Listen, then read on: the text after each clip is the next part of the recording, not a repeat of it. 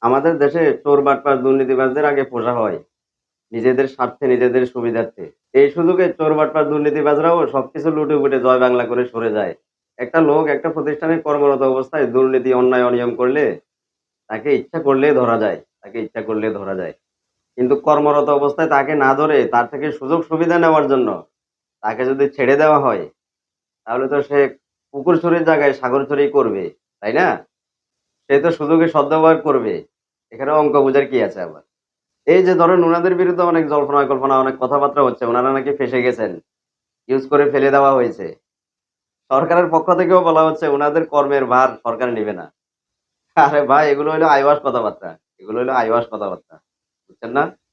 এই যে ধরেন সম্প্রতি পুলিশের সাবেক আইজিপি বেনজির আহমেদের ব্যাপারে অনেক কথাবার্তা হচ্ছে। উনি দেশে বিদেশে সম্পদের পাহাড় গড়েছেন। বলা হচ্ছে দেশে উনার সকল সম্পত্তি ক্রয় করা হয়েছে। আবার বলা হচ্ছে উনার সকল ব্যাংক অ্যাকাউন্ট জব্দ করা হয়েছে। তার ২ দিন পর থেকে বলা হচ্ছে উনার ব্যাংক অ্যাকাউন্ট জব্দ করার আগে উনি সকল ব্যাংক অ্যাকাউন্ট খালি করে ফেলেছেন। সকল ব্যাংক অ্যাকাউন্ট খালি করে উনি সপরিবারে বিদেশে পাড়ি জমিয়েছেন। আপনারা কি মনে করছেন উনি নিজেই সবকিছু করছেন? নিজে করছেন?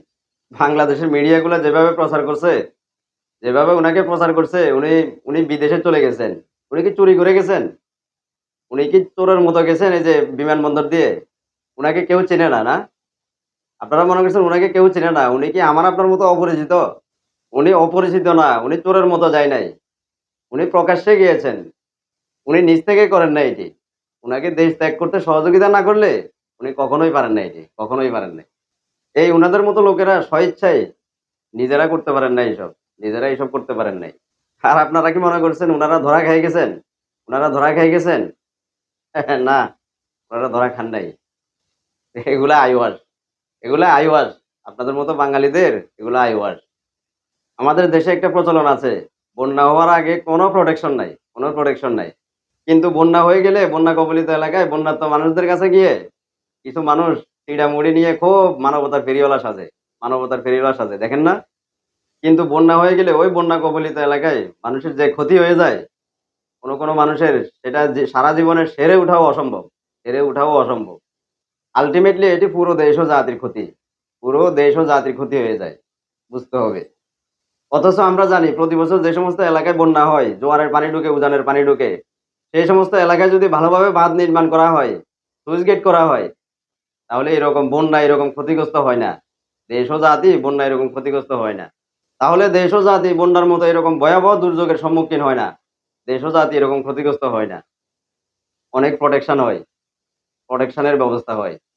সুতরাং যেকোনো জায়গায় কোন ক্ষতিগ্রস্ত হওয়ার সম্ভাবনা থাকলে সেখানে আগে থেকে প্রোটেকশন দিলে সেখানে কোনো ক্ষতিগ্রস্ত হওয়ার সম্ভাবনা থাকে না। দেশ ও জাতি রক্ষা পায়। দেশ ও জাতিকে ক্ষতির হাত থেকে রক্ষা করা অনেকটা সম্ভব হয়। অনেকটা সম্ভব হয়। আর ক্ষতি হয়ে গেলে কোনো লাভ নাই। সে সময় চিল্লাইয়া মানবতার ফেরিওয়ালা সাজেও কোনো লাভ নাই।